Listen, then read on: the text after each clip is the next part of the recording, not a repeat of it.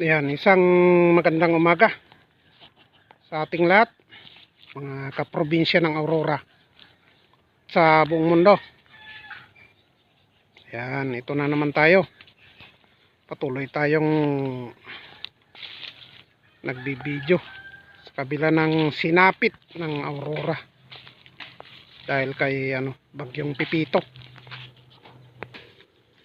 Ayan, hindi na tayo mag-intro guys. Diretso na ito. Ayan, si pilit na ibinabangon ang kanyang taniman dito sa likod bahay sa kabila ng na-damage ni Pipito.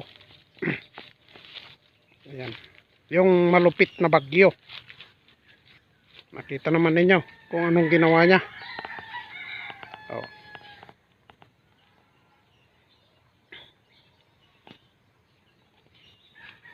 Hindi ko man maikikwento ang kabuuan o buod ng isang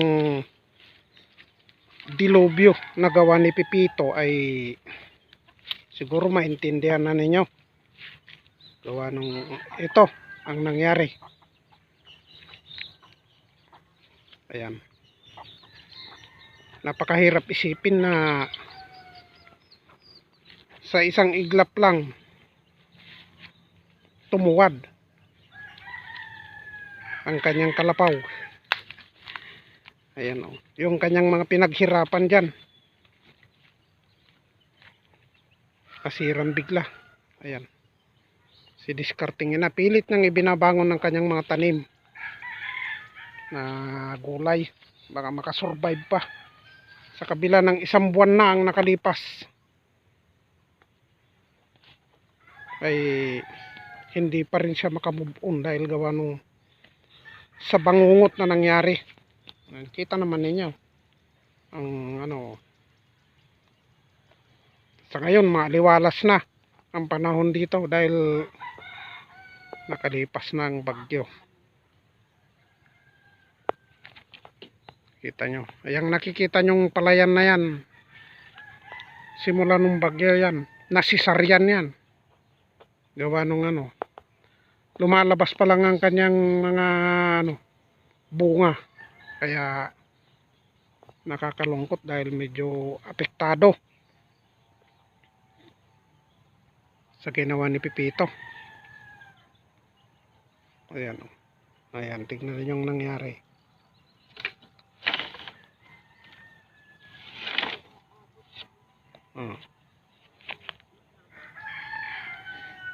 Yung mga medyo lang nakakasurvive dito, kadyos kung Tagalog. Ayan, pero tumagilid lahat. Yan ang kanyang pilit na ibinabangon.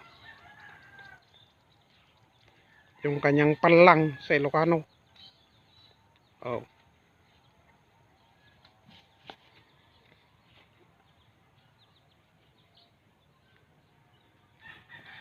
Hoy. Tayo. Umuwi ka na doon kay tatay. Yan ang dilubyong gawa ni Pipito. Pati aming bahay guys, binira niya. Garahe ng isang lumang tricycle, binira pa rin niya. Ayan. Isang buwan nang nakalipas, pero parang hindi pa ako makamove on sa mga nangyari. Hindi ko sukat akalain na ganun kalakas. Hindi naman siya galing sa Pacific, pero sobrang lakas. Kasi dito sa Aurora guys, ang expected na isang malakas na bagyo, ayan ang gagaling dyan sa Pacific. Yan ang malakas. Katulad ng nangyari sa mga kapatid natin sa Dinadjawan. Dumaan na kasi sa sinasabi nating Pacific Ocean yung bagyo, kaya nung maglandfall sa Dinadjawan, Dinalungan, sobrang lakas na guys, nakabuelo na dahil wala na siyang binabanggang kung ano pa man.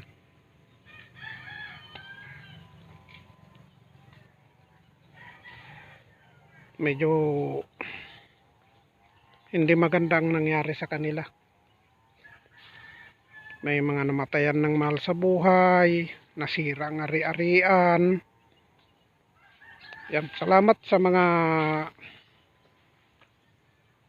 nagpapahatid ng tulong, sa mga taga-church, taga-munisipyo, ayan, municipal, provincial at saka national, saka mga station ng radio na pumunta dyan na nagpaabot din ng konting tulong. Saludo ako sa inyo. Hindi kayo nakakalimot sa ating mga kababayan sa kabila ng malayo kayo.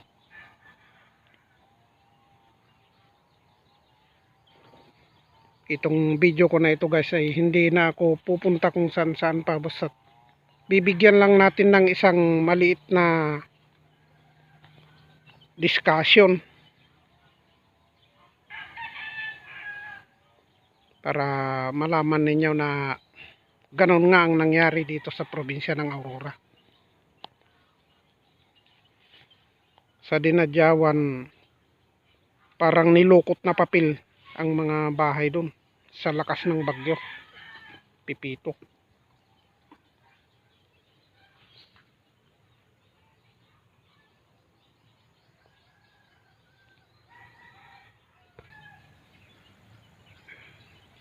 Ayan, nagbabalik Manong Lakay.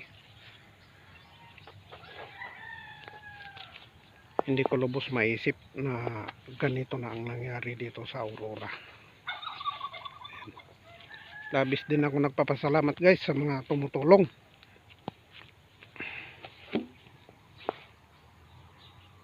Ayan, isang hamon din sa kanila na tumulong pagdating sa ganitong trahedya. Ayan. Ang nangyari guys dyan sa bandang Dinadyawan, kahit hindi nyo tinatanong, ay Simi Yolanda yan ang nangyari dyan. Galing sa dagat, paglantol sa lupa, yun, binira niya ng gusto. Makita naman niyo sa mga YouTuber na iba, yung mga napunta na dyan kay Liwaliw TV, panoorin nyo sa kanya para malaman ninyo at makita ninyo ng kabuuan yung kanyang video. Kaawawang mga tao dyan dahil gawa nung sobrang pinahirapan sila ni Pipito.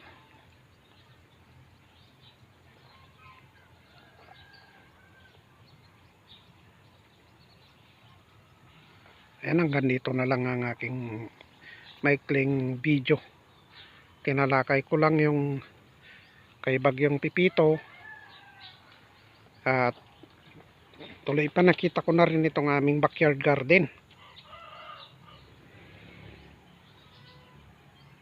kung ano ang nangyari. Ayan, sana wag niyong kalimutang mag-subscribe, sumuport sa ating munting channel, pa-subscribe, pa-share na rin, pakipindot ang notification bell para updated kayo sa mga marami pang videos na i-upload ni Manong Lakay Assorted Vlog para sa pang araw-araw na buhay kung may mapupulot kayong aral. Ayan, si discarding na RIC member. Ayan, no, pilit niyang itinatayo yung kanyang mga tanim. Ayan. Hanggang dito na lang, gumagalang Manong Lakay Assorted Vlog. Isang magandang umaga. Bye bye.